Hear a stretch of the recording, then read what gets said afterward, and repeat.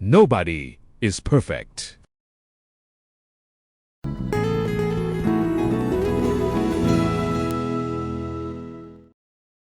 Most people spend their lives trying to hide their flaws. They hide their fears. They hide their mistakes. They hide the parts of themselves they believe are broken. Because somewhere along the way, the world quietly teaches us something dangerous. If you are not perfect, you are not enough. But what if that belief is wrong? What if the very thing you think makes you less is actually the thing that makes your life meaningful? Let me tell you a story. A long time ago, in a quiet town, surrounded by rice fields and narrow dirt roads, there lived a young apprentice named Theo. Theo worked in a small tea shop owned by an elderly man named Master Wren. The shop itself was simple. Wooden shelves lined the walls. Steam rose slowly from kettles, and the soft scent of tea leaves filled the air every morning. People from the town often came there not only to drink tea, but to sit in silence, because Master Wren had a way of making the room feel calm. Theo had been working there for almost a year, but he never felt confident about his work. Every morning his job was simple. He washed the cups. He prepared the tables. He served tea to the guests. But there was one thing that bothered him every single day. Among the many porcelain cups in the shop, there was one cup with a small crack along its side.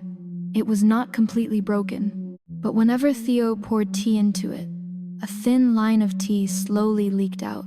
At first he tried to hide it, then he tried to avoid using it. But strangely, Master Wren continued to keep that cup on the main shelf. Not hidden in the back, not thrown away, right in the center. Theo never understood why. One afternoon, a group of travelers visited the shop. Theo carefully served tea to each of them, but when he reached the last guest, he accidentally used the cracked cup. The guest lifted it, noticed the crack, and frowned. "This cup is damaged," the man said. Theo felt his face burn with embarrassment. "I'm very sorry," he said quickly. "I will bring another one." But the guest shook his head. "No need," he replied, setting the cup down. The moment the travelers left, Theo rushed to the shelf and grabbed the cracked cup. He stared at it with frustration.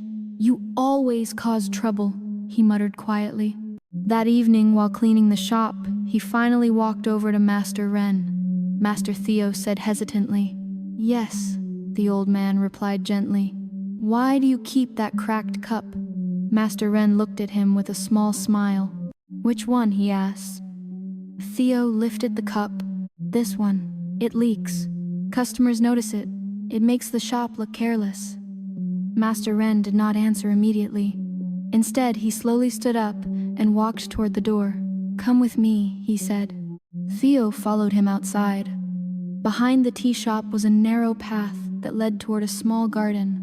Theo had walked past that path many times, but he had never really paid attention to it. As they walked, Master Wren spoke quietly. "Tell me something, Theo," he said. "What is the purpose of a teacup?" Theo answered quickly. "To hold tea."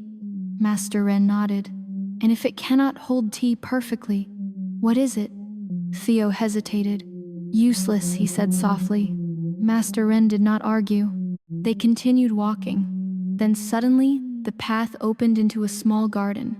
Theo stopped, because along one side of the path, dozens of small flowers were blooming.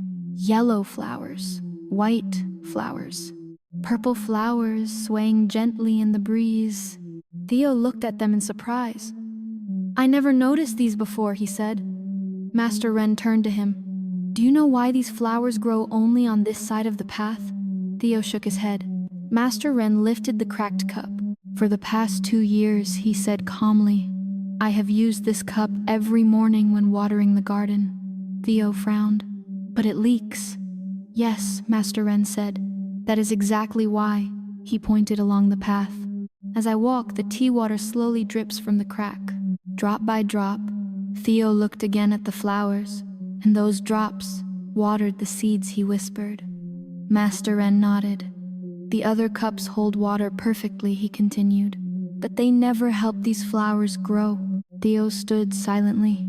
For the first time, he looked at the cracked cup differently. It was no longer just a mistake. It had quietly done something useful, something beautiful, without anyone noticing. Theo slowly asked, "So the crack was not a problem?" Master Wren smiled gently. It was a different kind of ability. The wind moved softly through the garden. Theo looked down the path again. Every flower seemed to glow under the afternoon light. Master Wren placed the cup back in Theo's hands. "Most people spend their lives trying to hide their cracks," he said. "They believe those cracks make them weak, but often those cracks are simply places where something else can grow." Theo felt something shift inside his chest. For the first time in many months, the quiet voice of doubt inside him grew softer. The next morning, when the shop opened again, Theo placed the cracked cup carefully on the shelf. Not hidden, not avoided, right in the center. And when he served tea that day, he did something different. He stopped worrying about appearing perfect.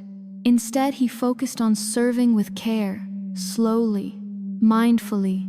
Days passed, then weeks, and strangely, something unexpected began to happen. Some customers started choosing the cracked cup. At first, Theo thought it was an accident, but one elderly woman smiled when she saw it. "I like this cup," she said. "It feels human." Another guest laughed and said, "Perfect cups feel cold. This one feels real." Theo looked at the cup again, the same crack, the same flaw, but now it carried a different meaning. One evening, as the sun was setting behind the hills, Theo asked Master Wren one more question. "Master," he said, "yes, do you think everyone has cracks like this?" Master Wren poured tea slowly before answering. "Yes," he said quietly. "Every person carries something they wish they could hide. A failure, a scar, a mistake, a weakness." Theo nodded slowly. Master Wren continued, "But sometimes the things we try hardest to hide are the very things that allow us to understand others. The person who has suffered can comfort another. The person who has failed can guide someone lost. The person who feels deeply can create beauty others cannot." Theo stared into his cup of tea. The steam rose gently into the evening air. Master Wren leaned back and finished his thought. "So perhaps the question is not how to fix every crack in your life. Perhaps the better question is this: what might grow because of it?" For a long moment, neither of them spoke. The tea shop was quiet. Outside, the wind moved softly through the garden, and somewhere along the path behind the shop, the flowers continued to grow, drop by drop, just like before, just like they always had. Because sometimes the world does not need more perfection. Sometimes the world only needs something honest. And if you have ever felt broken or flawed or not enough, remember this: your cracks may not be signs of failure. They may simply be the places where life is quietly flowing through you, helping something beautiful grow.